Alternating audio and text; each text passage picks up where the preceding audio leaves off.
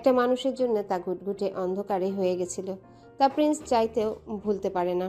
তবে ছোটবেলার দিনগুলো অন্যরকম ছিল। সে বাবা মায়ের একমাত্র ছেলে হতে আদর ভালোবাসায় কোনো কমতি ছিল না। তবে বেশি দিন স্থায়ী হয়নি। একজনের লোভ সব শেষ করে দিয়েছে। তাই তো প্রিন্সের জীবন থেকে সুখ ও আনন্দ খুব দ্রুতই হারিয়ে যায়। একদিন যে অন্ধকারকে ভয় পেত, একসময় সেই অন্ধকার হয়ে গেছে নিত্যসঙ্গী। প্রিন্স মেহেকের মাঝে আলোর দিশা খুঁজে ফেরে, যে আলো ওর জীবন থেকে সব অন্ধকার দূর করে দিবে। তবে প্রিন্স চায় না তার নিজের জন্য আলো খুঁজতে গিয়ে মেহেককে অন্ধকারে ঠেলে দিতে, যাতে মেহেকের কোনো বড় ধরনের ক্ষতি হোক। প্রিন্স বারান্দায় দাঁড়িয়ে আকাশ কুসুম কল্পনা করছিল, আর এদিকে সময় যেন কাটছে না। গভীর রাতে একা দাঁড়িয়ে থাকতে প্রিন্সের একটুও ভালো লাগছে না। এখন মেহেকের কাছে যাওয়া উচিত ভেবে প্রিন্স রুমের দিকে যাচ্ছে। গভীর রাতে একা দাঁড়িয়ে থাকতে প্রিন্সের একটুও ভালো লাগছে না, তবে এখন ওর পাশে মেহেক থাকলে বেশ ভালো লাগতো। প্রিন্স ওর কোলে মাথা রেখে অন্ধকার রাতটাও উপভোগ করতে পারত। তাহলে আর এমন শূন্য শূন্য লাগতো না, সময়টা মধুর মনে হতো। দুজনে বসে মনের যত কথা আছে একে অপরকে অজানা তা বলতে পারার যে অনুভূতি, উপলব্ধি করার সুখ কেমন তা জানা হতো। 18 বছর হয়েছে নিজের মনের কথাগুলো শেয়ার করা হয় না কারোর সাথে। একটা সময় ছিল যখন ছোট বড় সব কথা মাকে না বলতে পারলেও পেটের ভাত হজম হতো না প্রিন্সের। কিন্তু মা চলে যাওয়ার পর মনের কথাগুলো মনেই চেপে রয়েছে। মনের কোণে ছোট্ট একটা আশা সব সময় লালন করে এসেছে, তারও একজন হবে যার কাছে মন খুলে সব কথা বলতে পারবে, যাকে ঘিরে তৈরি করবে সুখের স্মৃতিমালা, যার জাদুর কাঠির ছোঁয়ায় সব দুঃখ কষ্ট একাকিত্ব ভ্যানিশ হয়ে যাবে। তবে প্রিন্স আদৌ জানে না মনের অপূর্ণ গল্প মেহেককে কথাগুলো শোনাবে কিনা, কখনো ভালোবেসে আপন করে কিনা, করবে কিনা। সে ভালোবাসার দুটি দেহে এক আত্মার হয়, ওরা কখনো তা হতে পারবে কিনা। মেহেককে দেহের উপর ওর অনুমতি ছাড়া অধিকার তো আদায় করেছে, কিন্তু মনের নাগাল পাওয়া যে মুশকিল। মেয়েটা কবে যে ওর মনের ঘরে ঠাঁই দিবে, এসব ভেবে হঠাৎ প্রিন্সের মনটা বিক্ষিপ্ত হয়ে গেছে। তার এই বিক্ষিপ্ত মনে একজন নিজের অজান্তেই জাদুর ছড়ি ঘুরাইয়ে সব ঠিক করে দিতে পারবে। সে আর কেউ না, তার প্রেয়সী মেহেক। প্রিন্সের মেহেককে পিপাসা পেয়েছে, আর এক মুহূর্ত একা থাকতে প্রিন্সের ভালো লাগছে না। সময় হয়েছে পিপাসা নিবারণের। তার জন্য মেহেকের কাছে যাওয়া উচিত ভেবে প্রিন্স রুমের দিকে যাচ্ছে। রুমে গিয়ে মেহেককে পাশে শুয়ে ওর মুখের দিকে কিছুক্ষণ পলকহীন চোখে তাকিয়ে থাকে। কি আছে এই মুখে যা প্রিন্সকে পাগল করে দেয়? প্রিন্স তো প্রতি মুহূর্তে ওর দিকে আকর্ষণ অনুভব করে।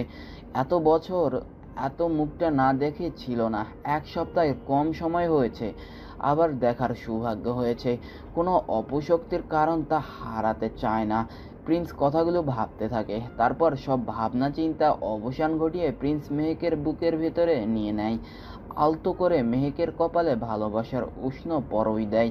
পরের দিন হঠাৎ করে ঘুমের মধ্যে মেহেকের হাঁসফাঁস লাগছে, কেমন দম বন্ধ হয়ে নিঃশ্বাসে নিতে কষ্ট হচ্ছে। এতে মেহেকের ঘুম ভাঙে, হতভম্ব হয়ে গেছে। কি হচ্ছে তা বুঝতে না পেরে চোখ বড় বড় করে তাকিয়ে আছে।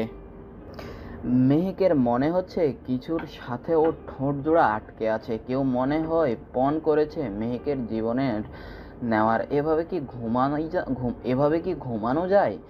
কেউ ওর ঘুমের দফারফা করতে উঠে পড়ে লেগেছে। তা দেখতে মেহেক চোখ খুলে হতভম্ব হয়ে গেছে। কি হচ্ছে ওর সাথে তা বুঝতে না পেরে চোখ বড় বড় করে তাকিয়ে আছে।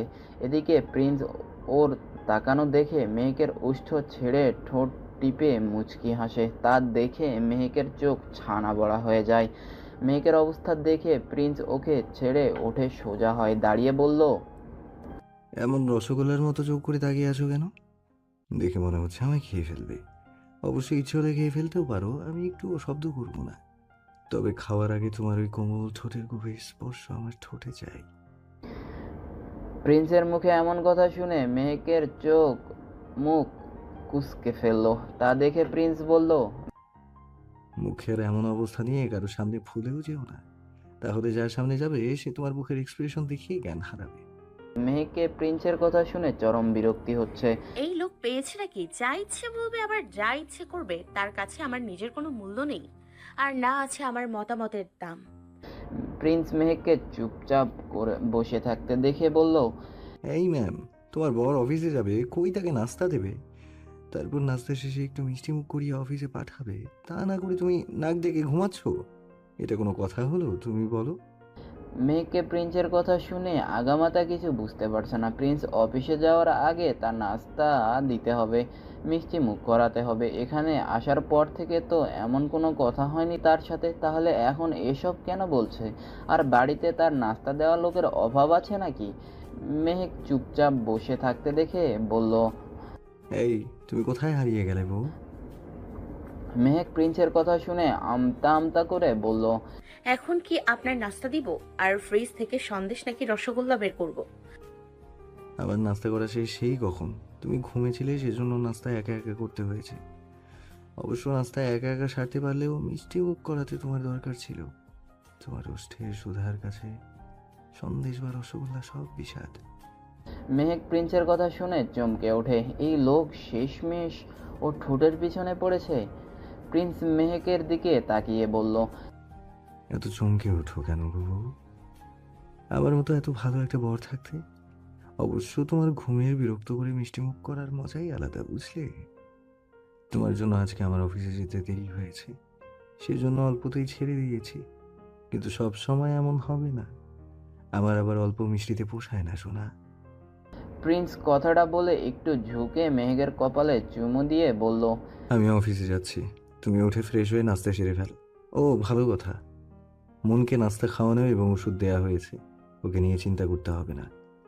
বউ, একটা কথা মনে রাখবে, তুমি আমার কথা মতো চললেই তোমার মন সুস্থভাবে বাঁচতে পারবে। আর তোমার কোনো ভুল হলে তার শাস্তি তোমার বোনকে দেয়া হবে, কথাটা মনে থাকে যেন। আরেকটা কথা, দুপুরে আমার আসতে লেট হবে। আচ্ছা, আরেকটা কথা, দুপুরে আমার আসতে লেট হবে, তুমি আর মন লাঞ্চ সেরে ফেলিও। বাই। প্রিন্স চলে গেল। মেহেককে বিড়বিড় করে বলল, খাটাস একটা, ছি! বাসি মুখে কেউ এমন কাজ করতে পারে? এই বজ্জাত বেটাকে না দেখলে জানতেই পারতাম না। বেটা খাটাস, সাত সকালে আমার ঠোঁটের অবস্থা খারাপ করে দিয়ে বলে কিনা অল্পতেই ছেড়ে দিয়েছে, যত সব ঢং। এই বেটা হাসতে হাসতে মানুষ এই বেটা হাসতে হাসতে মানুষ খুন করে, তাও খুব খারাপ ভাবে।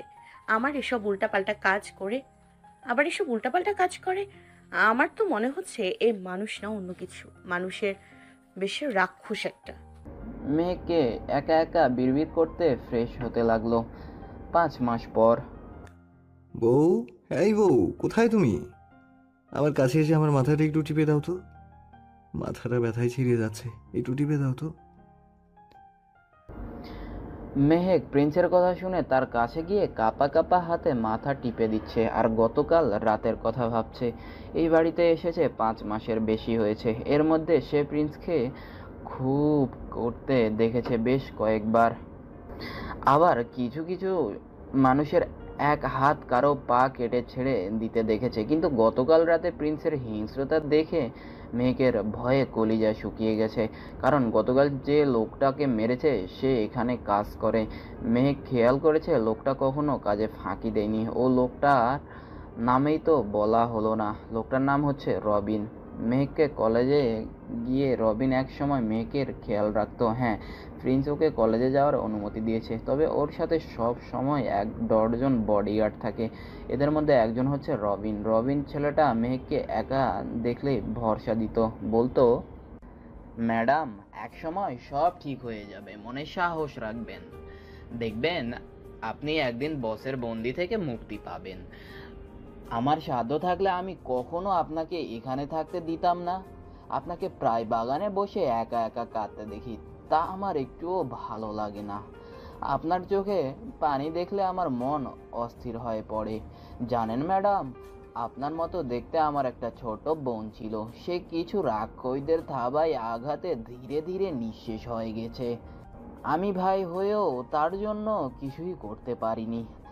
আপনাকে কাঁদতে দেখলে আমার সেই বোনটার মুখ চোখের সামনে ভেসে ওঠে। তখন ঠিক থাকতে পারি না, কিন্তু বসের নুন খেয়েছি তাই বেইমানি করতে পারি না। বস না হয়ে অন্য কেউ আপনার সাথে এমন আচরণ করলে তাকে খুন করতে দ্বিমত করতাম না, আর আপনাকে এখানে থাকতেও দিতাম না। আপনার জীবন আমার জীবন দিয়ে হলেও আপনাকে বাঁচাতাম। রবিনের মুখে এসব শুনে মেহেকের রবিনের প্রতি মায়া জন্মে। মনে মনে রবিনকে ভাইয়ের স্থানে বসিয়ে দেয়। রবিনের কথায় মেহেক মনে সাহস পেত, কিন্তু গতকাল রাতে সব শেষ হয়ে গেছে। প্রিন্স রবিনকে নৃশংসভাবে খুন করেছে। হাসি খুশি ছেলেটা প্রিন্সের হিংস্র থাবায় শেষ হয়ে গেল। মেহেক দেখেও কিছু করতে পারেনি। গতকাল রাতের কথা। প্রিন্স ফোনে কাকে যেন বলছে ৮ ঘন্টার মধ্যে রবিনকে নিয়ে ডেট স্পটে আসো। মেহেক প্রিন্সের মুখে রবিনের নাম এবং ডেট স্পট জায়গার নাম শুনে চমকে ওঠে। মেহেক একবার ভাবে রবিন নামের কত মানুষই তো আছে, এ লোক কোন রবিনের কথা বলছে কে জানে। আবার মনের এক কোণায় সন্দেহ হয় বডিগার্ড রবিন নয় তো। মেহেক কৌতূহল দমিয়ে রাখতে না পেরে প্রিন্সের দিকে নজর রাখে। আজকে যে করি হোক দেখিয়ে ছাড়বে কে এই রবিন, আর তাকে প্রিন্স ডেট স্পটে আনতেই বলেছে কেন। অন্যদিকে প্রিন্স রুমে ঢুকে মেহেকের কপালে চুমু দিয়ে রুম থেকে বের হয়ে যায়। এদিকে মেহেক প্রিন্স বের হওয়ার কিছুক্ষণ পর রুম থেকে বের হয়, যাতে প্রিন্স ওকে সন্দেহ না করে এবং প্রিন্সের পিছনে মেহেক আছে তা বুঝতে না পারে। প্রিন্স ড্রয়িং রুমের পাশ দিয়ে লেনের দিকে যায়। মেহেক সিঁড়ির উপর থেকে প্রিন্সকে ফলো করে তার পিছনে পিছনে যাচ্ছে। প্রিন্স এক সময় লেন পার করে বাড়ির পিছনে আসে। বাগানে ঢোকার আগে আশেপাশে তাকিয়ে দেখে নেয়। তারপর পকেট থেকে একটা রিমোট বের করে। তারপর রিমোটে থাকা অনেকগুলো বাটনের মধ্যে থেকে একটা বাটন প্রেস করে। রিমোটের বাটনে প্রেস করার পর কড়কড় শব্দ করে বাড়ির পিছনের দেওয়াল সরে যায়। এরপর প্রিন্স আরেকবার রিমোটের ভেতরে বাটনে প্রেস করে। প্রেস করার সাথে সাথে বাগানের নিচের কিছু এই গাছগুলো যে একটা বিশাল প্লেটের উপর মাটিতে বসানো তা দেখে বোঝার উপায় নেই। প্লেটটা সরে গেলে সেখানে নিচে পরিষ্কার ফ্লোর দেখা যায়। এখন বাগানের জায়গাটা ফাঁকা হয়ে গেছে। দেখে মনে হচ্ছে এখানে কখনো আদৌ কোনো বাগান ছিল না। পিছনে লুকিয়ে লুকিয়ে এসব কিছু আরো একজন খেয়াল করছে। সে হচ্ছে মেহেক। মেহেক এসব দেখে যেন চমকে গেছে, তেমনি সেদিন রাত্রে ফাঁকা এবং দিনে বাগানের কাহিনী বুঝতে পারছে। এ লোক নিজের বাড়িতে আরো কত রহস্য লুকিয়ে রেখেছে তা ভাবছে। এমন সময় অন্য পাশে রনি এবং আরো কয়েকজন শব্দ শুনে সেদিকে তাকিয়ে মেহেক হতভম্ব হয়ে গেছে, কারণ ওরা বাড়ির সামনে বাগানের রাস্তা দিয়ে রবিনকে ধরে নিয়ে আসছে। রবিনকে নিয়ে এসে প্রিন্সের পায়ের কাছে ধাক্কা দিয়ে ফেলে দেয়। ছেলেটি পড়ে বেশ ব্যথা পায়। সেদিকে পাত্তা না দিয়ে প্রিন্সের পা ধরে বাঁচার আকুতি মিনতি করছে। প্রিন্স সেদিকে পাত্তা দেওয়ার প্রয়োজন বোধ করলো না, বরং প্রিন্স রবিনকে টেনে হেঁচড়ে দেয়ালের ওপাশে নিয়ে যাচ্ছে, আর তার পিছনে পিছনে যাচ্ছে রনি এবং তার সঙ্গী সাথীরা। মেহেক এত দূর থেকে কিছু দেখছে না, তাই বাগানের খালি জায়গা পার হয়ে বড় গাছের পেছনে এসে লুকিয়ে থাকে। এদিকে প্রিন্স রবিনের ডান হাতের কবজি কেটে সামনে ছোট একটা পুকুরে ফেলে। সঙ্গে সঙ্গে পানির ভেতর থেকে অনেকগুলো কুমির মাথা জাগিয়ে তাদের অস্তিত্ব জানান দেয়। এই দৃশ্য দেখে মেহেক চোখ বন্ধ করে ভয়ে কাঁপছিল। সে সময়ে পানিতে কিছু পড়ার শব্দে মেহেক চোখ খুলে দেখার চেষ্টা করে কিসের শব্দ আসছে। মেহেক উকি দিয়ে দেখতে নেয়, কিন্তু উকি দিয়ে এমন দৃশ্য দেখে মেহেক থমকে যায়। মেহেক ভাবতে পারছে না একটা মানুষ এতটা নির্দয় কিভাবে হতে পারে। ইস, কি বিভৎস মৃত্যু! একটা জীবন্ত মানুষের শরীর ছিঁড়ে ছিঁড়ে খাচ্ছে কুমিরগুলো। রবিনের মৃত্যু যেন মেহেকের চোখে আঙ্গুল দিয়ে দেখিয়ে দিয়েছে প্রিন্সের মতো মানুষ কারো আপন হতে পারে না। প্রবাদ আছে, বাঘের ক্ষুধা পেলে নিজের বাচ্চাকে ছাড়ে না। প্রিন্সের স্বভাবও তেমনই, স্বার্থে ঘা লাগলে নিজের লোককেও ছাড়ে না।